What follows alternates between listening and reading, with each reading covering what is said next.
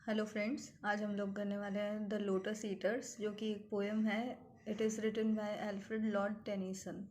और आज हम लोग करेंगे इसका इंट्रोडक्शन। ओके, इंट्रोडक्शन कह लीजिए या इसकी समरी कह लीजिए, या आप कह सकते हैं कि what's the history behind this poem the lotus eaters. So let's start it now. The poem entitled The Lotus Eaters is Tennyson's one of the most popular poems. Friends, Tennyson की आपने यूलिसीज पोएम श्योरली पढ़ी होगी, तो और उसके बाद मैं कह सकती हूँ कि ये भी बहुत एक इम्पॉर्टेंट पोएम है which is written by Tennyson. तो one of the most popular poems है ये. It's second section choric song was included in Palgrave's Golden Treasury of songs and lyrics. तो इसका एक सेकंड सेक्शन भी है. ये जो पोएम है वो 2 पार्ट में डिवाइडेड है. सेकंड सेक्शन को हम लोग बोलते हैं choric song. Was included in Palgrave's. Palgrave होता है अ राइटर ऑफ पोएम्स, और स्पेशली ये कहाँ यूज़ होता है. This term is usually reserved for writers of good poetry like Tennyson. तो टेनिसन की जो कलेक्शन है पोइट्रीज़ का, उसमें ये पोएम आती है, और कलेक्शन का नाम है golden Treasury of songs and lyrics. It was first published in 1832. तो अगर ये पोएम कब आई थी, तो हम कह सकते हैं कि ये पोएम पब्लिश हुई थी 1832 में. Okay, the story has been taken from Homer's Odyssey. Homer की जो ओडिसी है बुक, उसमें से ये ली गई है poem.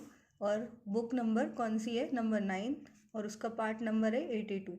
Where Ulysses, the hero of this epic, is giving a description of his wanderings at the land of the Lotus Eaters. Now, इस poem में और बुक नंबर 9 में अगर हम देखें तो हम कह सकते हैं कि Ulysses the hero of this epic, जो ये एपिक है रिटन बाय होमर, जो ओडिसी एपिक है, उसमें क्या है, a description is given of his wanderings at the land of lotus eaters. कैसे जो यूलिसीज है वो एक लैंड पे पहुंच जाता है, और वो लैंड है ऑफ लोटस ईटर्स, जहाँ पर लोग लोटस खा जाते हैं या खाते हैं. During his homeward voyage from the Trojan war. और ये जो यूलिसीज है वो अपनी वॉन्डरिंग्स के बारे में बता रहा है, और ये जब कहाँ से रिटर्न हो रहा था, towards his home from the Trojan war. एक वॉर था नेम्ड ट्रोजन वॉर. तो यहाँ पर उसने एक एक्सपेडिशन किया, और वहाँ से वो रिटर्न हो रहा है, और रिटर्निंग में he reaches to the land of lotus eaters. Okay, now Odysseus और यूलिसीज. तो इस यूलिसीज का एक नाम और है ओडिसियस, आप कुछ भी लिख सकते हैं. ओडिसियस और Ulysses was the king of Ithaca. Okay, so it is a name of place Ithaca, who had joined this naval expedition organized by the Greek chiefs. And जो यहाँ पर ये यूलिसीज है वो एक नेवल एक्सपेडिशन ज्वाइन करता है, और वो किसने ऑर्गेनाइज करी है, एक नेवी का एक एक्सपेडिशन है that is organised by the Greek chiefs under the leadership of Agamemnon, king of Mycenae. तो एक माइसियन का एक किंग है, उसका नाम है एगेमेम्नो, और उसकी लीडरशिप में ग्रीक चीफ्स के अंडर में ये एक्सपेडिशन ऑर्गेनाइज हुई थी, और जिसमें यूलिसीज ने भी, जो कि किंग ऑफ इथाका है, उसने भी वॉर में अपना हेल्प किया था. फिर क्यों किया था, to punish Troy for the act of Paris. और वो किसको, ट्रॉय जो कि एक जगह है, उसको पनिश करने के लिए जा रहे थे for the act of Paris. एक पर्सन है, वो उसके एक्ट के लिए, उसका नाम है पेरिस, और उसको उसके एक्ट के लिए उसको पनिश करना चाह रहे थे, तो उसकी कंट्री को वो हराना चाहते थे. अब पेरिस कौन है, the son of the Trojan king prime.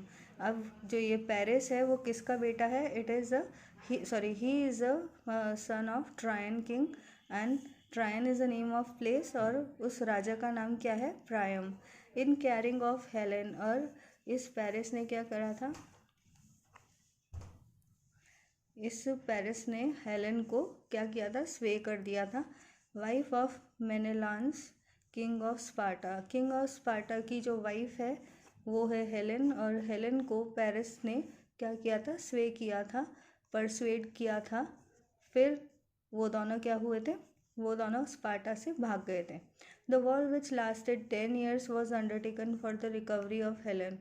और ये जो ट्रोजन वॉर के जो मैं आपसे बात बता रही थी, डिस्कस कर रही थी, वो कितने साल तक चला? वो 10 years तक चला। And it was undertaken for the recovery of Helen. और ये क्यों चला?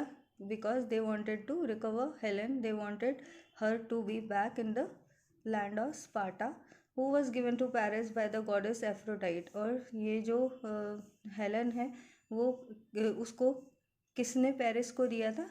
It was given, or she was given by the goddess of Aphrodite as a reward for his decision in favor of Aphrodite। क्योंकि Paris ने Aphrodite को favour किया था, एक डिसीजन दिया था जिसमें क्या था? In the contest of beauty between her, Athene and Hera, two other goddesses.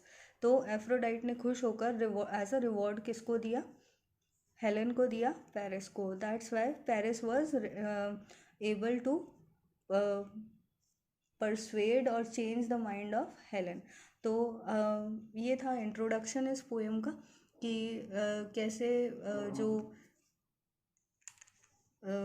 कैसे जो ओडिसियस है या यूलिसीज है वो कैसे एक लोटस ईटर्स की लैंड पे पहुंचता है। और जब वो अपनी ट्रोजन वॉर की जर्नी से रिटर्न हो रहा है, he was going back to his land and meanwhile he reaches to the land of lotus eaters. And फिर हमको पता लगता है कि कैसे उसकी हिस्ट्री थी, कि कैसे वो एक नेवल एक्सपेडिशन पे गया और under many kings he took part in this war, in this Trojan war. फिर हमें पता लगता है कि what is the history behind the persuading of Helen by Paris. फिर कैसे वो 10 साल तक ये जो वॉर चली और उसमें कैसे एफ्रोडाइट जो एक गॉडेस है उसने उसको